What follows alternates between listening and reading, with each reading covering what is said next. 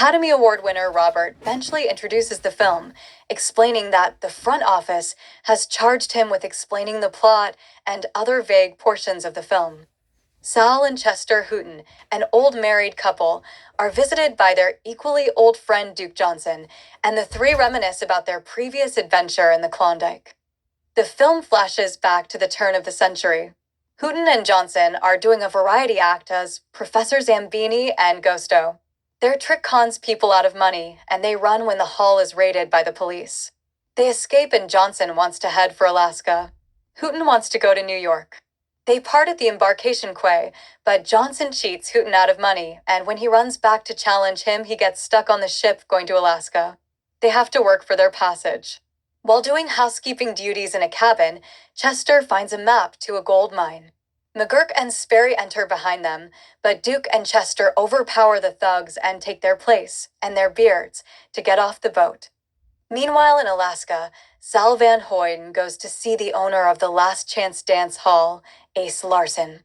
She has a story of a map of a gold mine stolen by two men, McGurk and Sperry.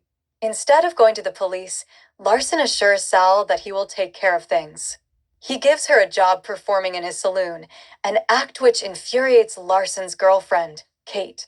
Larson tells Kate how he really plans to take Sal's gold mine for the two of them and passionately kisses her.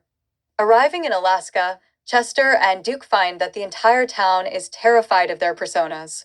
They see Sal's singing routine and are both instantly smitten. Sal plays up to both of them in turn, first Chester, then Duke. She invites each to her room at midnight. She doubts they are the real killers, but Ace's lackey, Lebec, reminds her to get the map at all costs. Chester and Duke argue over who gets to hold the map and decide to tear it in half, and each man keep his for safekeeping. Duke and Chester manage to escape by dog sled, initially pulling the sled themselves with the large dog they found acting as passenger. En route, they meet Santa Claus on his sled going in the opposite direction. They find Sal in the snow. She and Kate have a cabin nearby and all four stay together. She chats up first Chester, then Duke to establish where the map is. Duke confesses he is not McGurk. Sal, now realizing how much she loves Duke, refuses to go along with the plan. But Kate warns her that only Ace can keep them from being killed, and the only way to get to him is to give up the map. Sal reluctantly agrees to steal the map while the men sleep and does so. The two girls leave the next morning with Lebec. Duke and Chester are confronted by the real McGurk and Sperry, and they realize the girls had stolen the map. They still manage to escape and, after a merry chase through the mountains, head back to town. They re-adopt their McGurk and Sperry personas, but are distressed to find the latter are likely to be hanged. They scare off the posse with a stick of dynamite and rescue Sal, who is tied in a back room.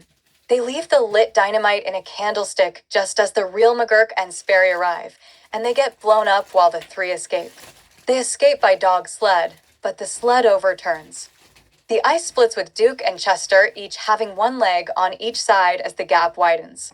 Eventually, this leaves Sal and Chester on opposite sides, with Duke on the side of the mob. He throws the map, wishes them well, and turns to face the mob. The movie flashes forward into the film's present, with aged Duke telling Sal and Chester how he escaped the mob. He is then surprised to hear that Chester and Sal have a son.